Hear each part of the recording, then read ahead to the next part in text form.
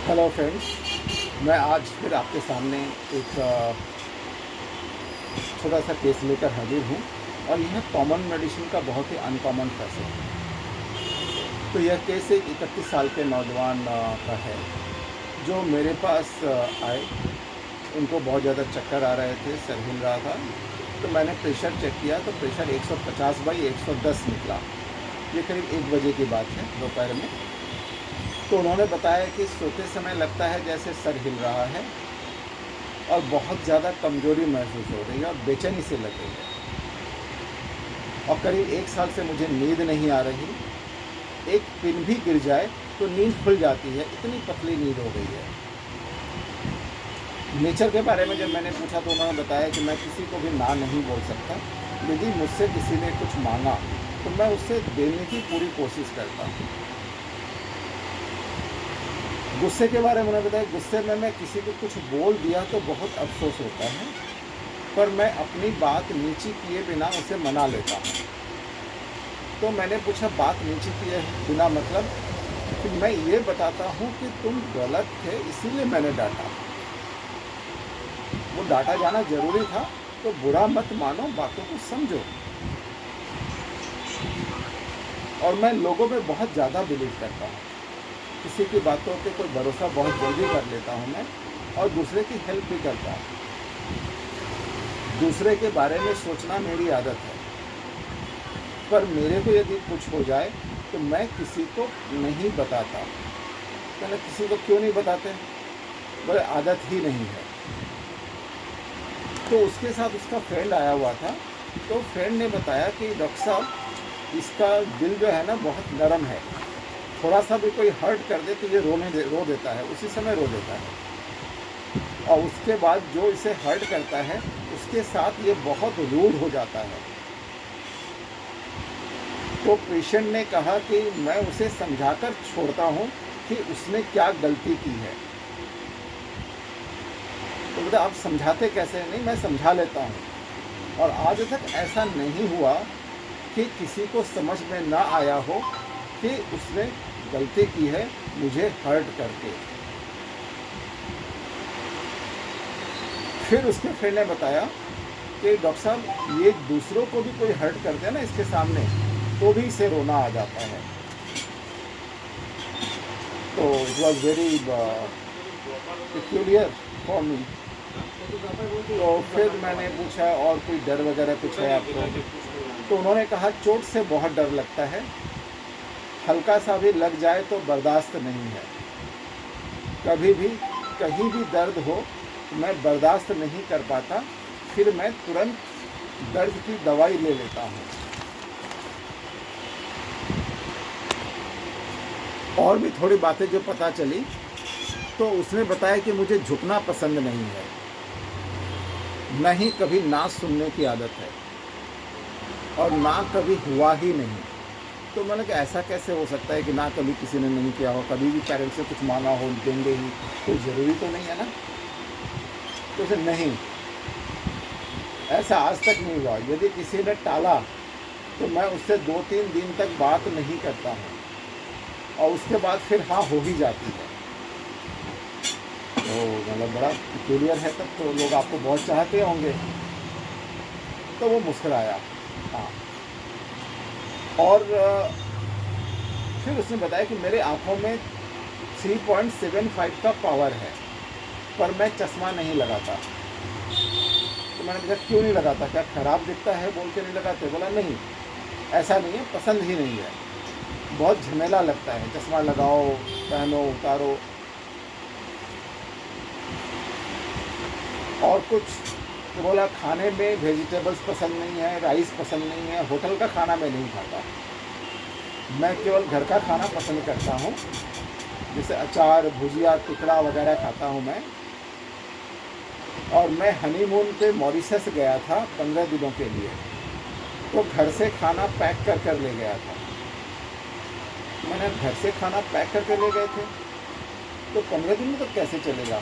नहीं, मैंने सब ले लिया था। एक फाफड़ा आता है जो काफ़ी दिनों तक चलता है, रोटी जैसी होती है, बहुत हार्ड से, उस तरह का कुछ आइटम, अचार वगैरह लेके उसी से उसने काम चलाया। तो ये एक छोटा सा केस था, तो इसको हम लोग थोड़ा समझने की कोशिश करते हैं।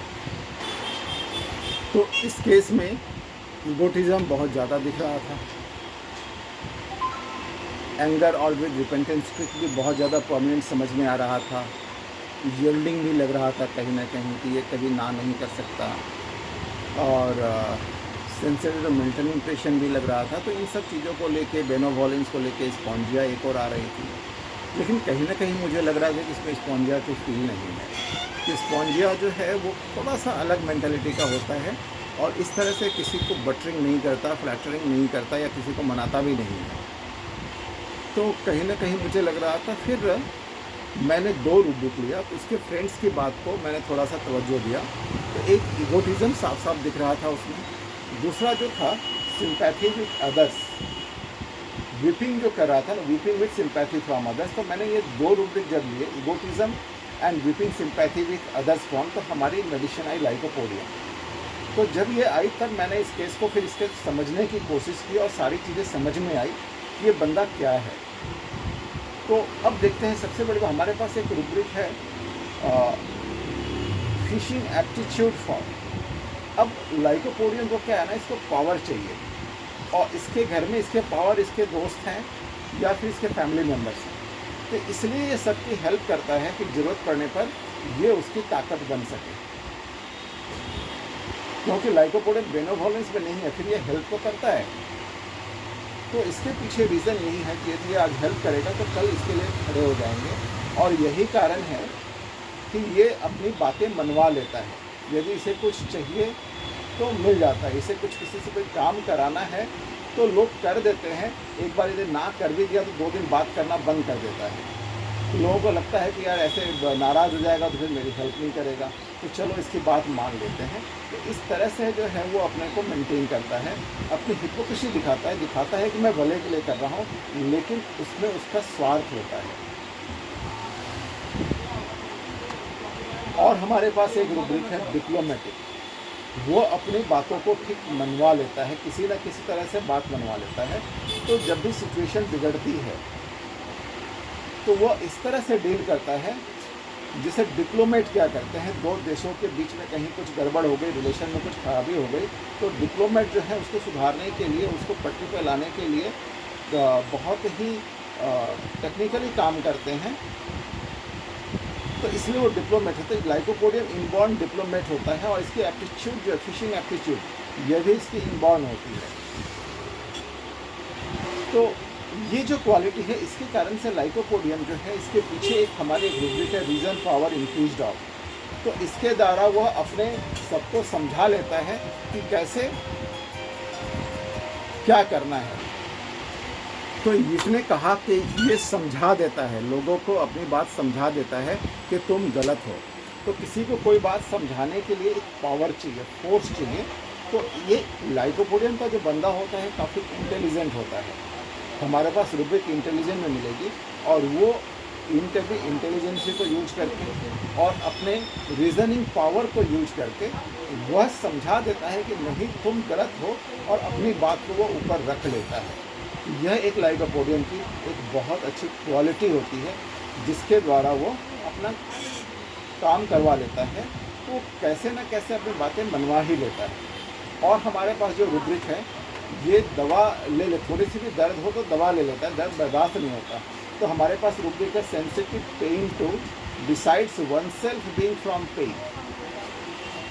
और थोड़ी सी भी आवाज़ होने से ये इसकी नींद खुल जाती है। तो sensitive noise to slightest noise, एक पिन भी गिरने से उसकी नींद टूट जाती है, उसकी नींद इतनी पतली हो जाती है, इतनी सी आवाज़ भी उसे सुनाई पड़ जाती है। So this is the case of lycopodium. यदि आप लोगों को कहीं कोई क्वेश्चन हो, कोई क्वेरीज हो तो ज़रूर पूछिए, मैं इसका जवाब देने की कोशिश करूँगा। और आप लोगों को बहुत बहुत धन्यवाद जो आप लोग हमारे मेरे केसेस को ठीक से पढ़ते हैं, और उसमें आप लोग हमें भी कुछ सिखाते हैं, मुझे भी कुछ सिखाते हैं। Thank you very much.